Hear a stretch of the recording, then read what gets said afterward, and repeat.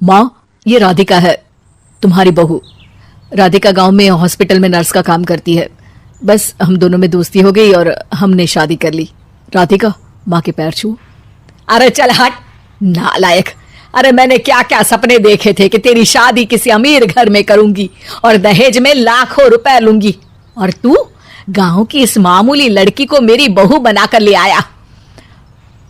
लेकिन बेटे की जिद के आगे सुनीता देवी मजबूर हो जाती है। राधिका सुनीता देवी को फूटी आंख भी नहीं भाती थी। तुम चिंता मत करो भाग्यवान, हम दोनों मिलकर अपनी बहू को इतना सताएंगे कि वो हमसे तंग आकर ये घर छोड़कर चली जाएगी। फिर हम अपने बेटे की शादी किसी बड़े सेठ की बेटी से कर देंगे, ठीक है? अगले दिन सुनीता देवी अपने बेटे का कमरा साफ कर रही होती है। तभी बहू के सामान में उसे एक बड़ी बड़ी मूंछों वाले आदमी की तस्वीर दिखाई देती है और उसके कंधे पर एक बड़ी सी बंदूक टंगी होती है। तस्वीर के नीचे लिखा होता है डाकू मंगल सिंह। ये किसकी तस्वीर है बहू? ये मेरे पिताजी की तस्वीर है। बस फिर क्या था। ये सुनते ही सुनीता देवी के हाथ पैर कांपने लगते हैं। वो भागती हुई सीधा अपने पति के कमरे में जाती है। अरे गजब हो गया जी, गजब। अरे क्या हो गया भाग्यवान? हमारी बहू एक मशहूर डाकू मंगल सिंह की बेटी है। हे भगवान, अब क्या होगा? क्या कहा? डाकू मंगल सिंह? अरे मर गए रे। सुना है वो तो बड़ा ही खतरनाक डाकू है। मारता ज्यादा है, गिनता कम है।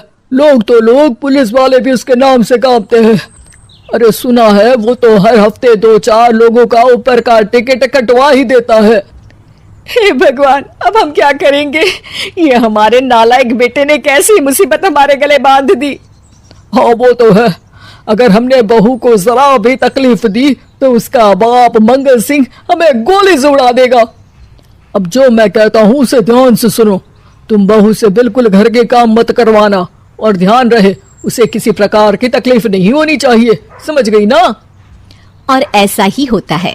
अगले दिन सुनीता देवी रसोई में खाना बना रही होती है कि तभी, ये क्या माँ जी, मेरे रहते आप खाना बना रही हैं? चलिए हटिए, मैं खाना बना देती हूँ। अरे नहीं नहीं बहू, तू यहाँ क्यों आ गई? जा तू अपने कमरे में जाकर आराम कर, मैं खाना बना लूंगी।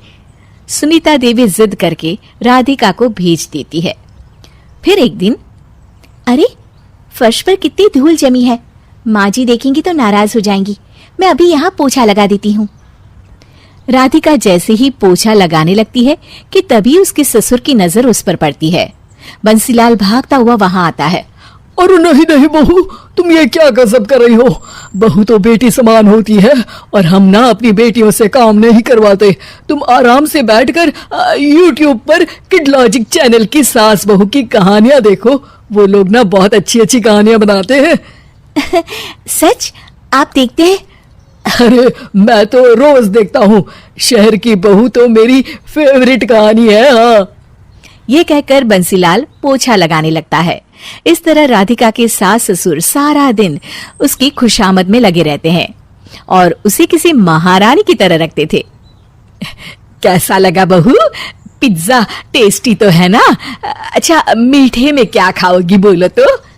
माँ जी, मुझे तो काजू कतली बहुत पसंद है और उसके बाद एक गिलास लस्सी मिल जाए तो मजा आ जाएगा। ये सुनते ही सुनीता देवी अपने पति को कोहनी मारते हुए कहती है, अरे सुना नहीं बहू क्या मांग रही है? जल्दी से भागकर बाजार जाइए और सब खरीद कर ले आइए। हाँ हाँ भाग्यवान, अभी जाता हूँ। राधिका की तो 5 उंगलियां घी में थी। वो तो अपने ससुराल में मजे कर रही थी। दूसरी तरफ राधिका की सास उसके लिए कभी नई साड़ी खरीद लाती तो कभी उसके लिए नए गहने बनवा देती।